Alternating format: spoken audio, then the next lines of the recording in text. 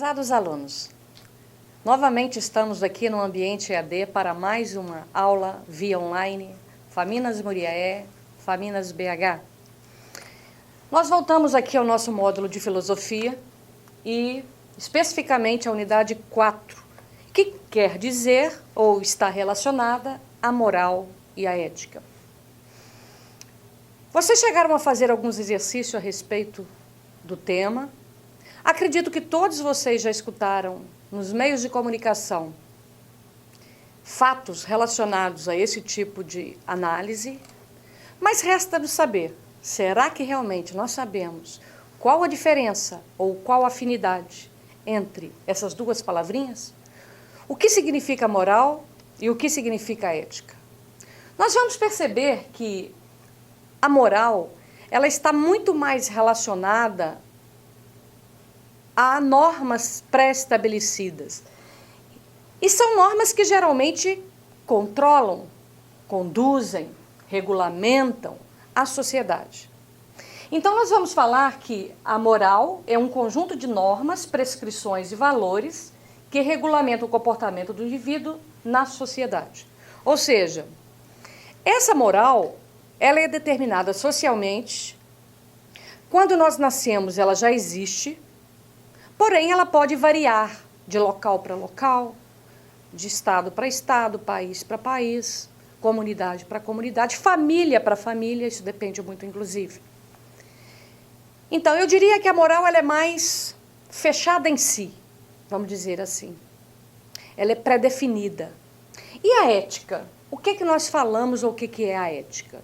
Nós vamos perceber que a ética ela tem uma percepção mais aberta em relação à moral. Primeiro, a ética surge como uma indagação do estudo da moral.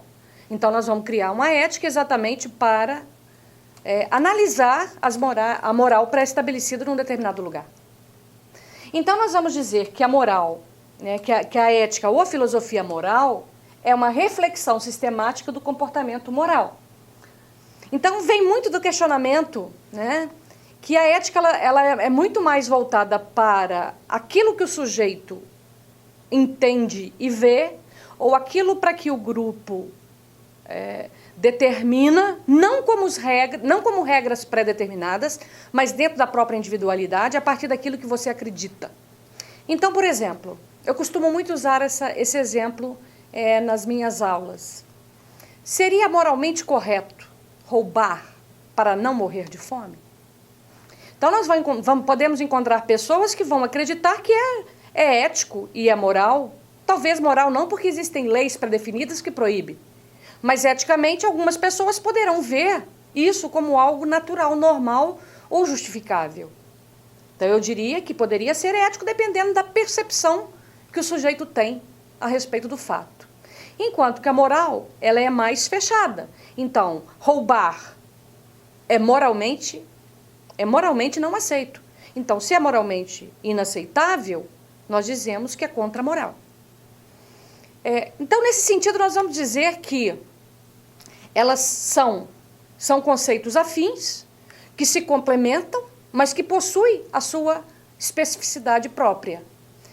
O uso da ética, e da moral, ela está presente em todos os ramos, em todas as esferas, em todos os locais.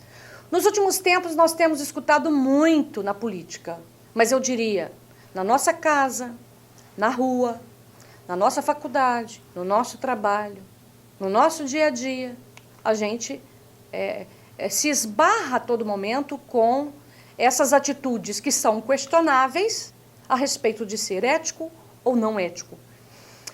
Nesse sentido, nós vamos dizer que a ética não diz o que deve e o que deve ser feito em cada caso concreto. Então, nesse sentido, eu sempre falo que ela é individual, ela é muito mais individual. E isto é competência da moral. A ética tira conclusões e elabora princípios sobre o comportamento moral. Ou seja, a moral existe e a ética é uma análise dessa moral de acordo com a ação humana e a partir daquilo que você faz a respeito do uso dessa moral. Então, por exemplo, eu posso perfeitamente dizer que é moralmente aceito e ético, por exemplo, a poligamia em determinados países do Oriente Médio, por exemplo, né? E talvez isso, aqui no Brasil, tenha uma conotação diferente. E tem, inclusive na própria lei. É moralmente incorreto a poligamia no Brasil, mesmo que nós saibamos que isso existe na prática. Então, seria uma atitude ética usar dessa poligamia numa sociedade que não aceita isso, moralmente falando? Então, são questionamentos que, na verdade, ela tem um questionamento muito voltado para a subjetividade. E, nesse sentido, eu sempre digo que o campo do direito é um leque, ou possibilita várias opções de análise dentro dessa aplicação da moral, da justiça ou não. Tanto por parte do profissional que defende, que acusa, daquele que julga, dos componentes do julgamento, da própria banca e etc. Né? Tem vários exemplos que a gente poderia colocar aqui. Então, nós vamos dizer que temos dois planos morais. O primeiro seria o normativo e o segundo, o factual. O normativo é exatamente aquilo que determina as normas e as regras. Por exemplo, não roubar. Mas, ao mesmo tempo, eu sei que não roubar, eu sei que eu devo não roubar, mas, ao mesmo tempo, você tem o fato em si, que é exatamente o roubar, que seria a ação efetivamente. Então, o roubar seria exatamente uma norma, desculpa, o não roubar seria exatamente uma norma, enquanto que o roubar seria a ação.